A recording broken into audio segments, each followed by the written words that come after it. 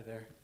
Alan Ash, CFO, Thanksgiving Point Institute. So we had, last time, if you recall, I don't know if you recall this, but we had the building and the land that the building is on for our butterfly biosphere were improperly recorded under Utah County, and that's been corrected, changed back so that the land and building are in our name. So we're trying to get exemption now on the real property for parcel 53-573-0014. And I believe that the personal property was already approved the last time. Vicky, maybe you could help us on that one, but yeah, anyway, I think that one was approved, personal property. Okay. Any questions to that one? I move we approve item number 6. Second. A motion and a second to approve item number 6. All in favor say aye. Aye. Aye. That passes 3-0. Thank you. Number 7 is to approve or deny the 2019 initial exemption application for Intermountain Healthcare Services.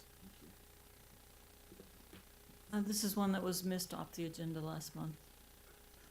It's no Oh. difference from all the rest of them we did. Okay. Any questions on this one? Sorry, what about them? Do they need someone here? Well, they've already explained their charity plan. And Yeah, but this wasn't for the this is charity not plan. the This child is plan. simply to approve the initial application. I move we approve item number 7. I'll second. I got a motion and a second to approve the exemption application. All in favor say aye. Aye. Aye. I do have one clarifying. Passes 3-0. Thank you. I have one clarifying question before we adjourn, Paul. In the case of the denial of a charitable plan, is there recourse? You know, I mean, what, help me understand that right. process, because it's not something we've typically done with. So in the event of a denial, what's the process? Is there an appeal that occurs? What happens with that? Well, we are in a really interesting position. And the reason for that mostly is because a month or two ago, we already approved Planned Parenthood's annual statement, their annual continuing statement of exempt status. We, meaning the Board of Equalization, Right. has already approved that. The county, the Board of Equalization has already sent them a letter informing them that their tax exempt status has been granted for 2019. There's two documents here. We have an annual statement of continuing exemption, and then we have a charity plan. The charity plan should really sort of augment the annual statement. The annual statement, I would say, is really the more formal, more controlling document. The annual statement is required by state statute. The charity plan is not. The charity plan is included in the standards of practice. So it's not that we're just creating it out of nowhere. The charity plan is there. It's designed to help inform Board of Equalizations whether or not a hospital or a nursing home or a medical provider qualifies as a charitable provider. But ideally, we'd be using that to sort of answer questions or clarify regarding the annual continuing statement, which the Board of Equalization has already approved. I was kind of confused on the timeline Yeah. on this one, because they came through the book. So in other They words, came through the binder. the denial of this doesn't even really deny the tax exempt status. Like, what's it, Right. that's kind of the heart of my question. I mean, Yeah, because you don't show up, so I'm gonna deny you. What does that mean? well, ideally, It means that I didn't hear your plan. It means that you're no longer tax exempt. I mean, what does that mean? ideally, we would hope, and I talked to Vicky about this out in the foyer, perhaps we should not approve a charity plan until we're ready to approve the annual statement. Those ought to be sort of a package deal coming to the Board of Equalization that we don't, certainly having the charity plan come after approving the annual statement doesn't really make a lot of sense. Now, if you were to deny the charity plan, I mean, perhaps we have a month to think about it, I don't know, which I think would be helpful. But if the BOE wanted to say, look, we deny the charity plan, therefore your continuing statement is denied, I think that puts us in kind of puts us in an awkward position where we've already granted the annual statement. I guess help me understand, what Right. would I anticipate different from their annual statement versus their charity plan? Well, the annual statement basically just says that they're continuing to use the property the way they've always used Right. it. There's been no change. No They don't rent it out to anybody. I mean, we read through a lot of them, so I don't Right. remember this particular Right. one Basically- in detail, but that was, you go Right. through, they've checked their boxes off. I And that's it. Yeah, Spot no. check to make sure that there's some documents that are actually supporting that their boxes are appropriately checked. Right, And so then the we annual go on to the statement next one. basically just says, yeah, that they're continuing to use the property the way they always did.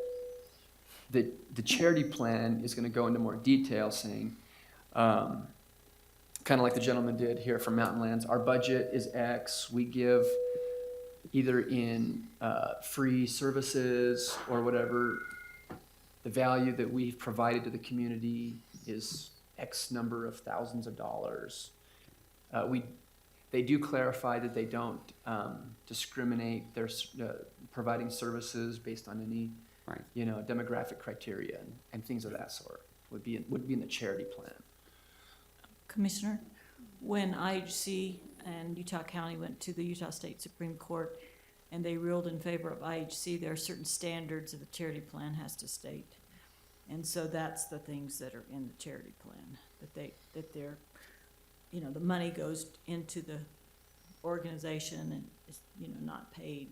It's just, there's 9 standards it has to meet. I do want to make one comment. I talked to Alex Yusovic at the Tax Commission because other organizations have questions of when the charity plan has to come in, and I couldn't find anything. And code says that an annual statement has to be turned in, and he told me that that means the charity plan too. It doesn't list it, but that annual statement is both things. So I told Paul maybe next year put them in one agenda item to avoid this. And I like that concept Yeah. of one agenda item, because I don't think it puts us in this weird quandrum we're in right now. I know we're in a weird position with it, but I'm not, Yeah. I don't foresee in the future, I mean, even today or in the future, if they come back, voting for this. Even their tax exempt status in the future with it. If, Mr. Chair, if I can, from a process standpoint, yeah, we can, as far as the process goes, I think we're in weird territory, like Paul said. So probably in the future, we would need to definitely group those 2 items as one agenda item. Because in order for a medical charity to maintain their tax exempt status, there has to be it's a two-step process. They have to both fulfill their requirement either through an initial application or through a continuing statement to let us be aware of how they're using the property, and they also have to have their charity plan approved. So I would imagine that probably both things have to exist in order for their tax exempt status to continue. Now, of course, we are in a weird situation here, and that's just because we haven't dealt with this in this circumstance before, and we'll obviously fix that for next year. But from a process standpoint, if the charity plan is denied, the Planned Parenthood would have an opportunity to appeal that denial to the State Tax Commission, let the State Tax Commission rule on that denial, whether that was appropriate or not, and what effect it would have on their property tax exemption or not. I don't know where we've already approved one and we haven't approved the other, if we could revoke an exemption at this point. But that would certainly be an interesting question to be considered. But I think in the future, yeah, we will, in these cases where we have IHC, Mountain Lands, and other charitable care organizations, we will, in the future, put all these together as a single agenda item or agenda items back to back so that one cannot be approved unless the other is approved.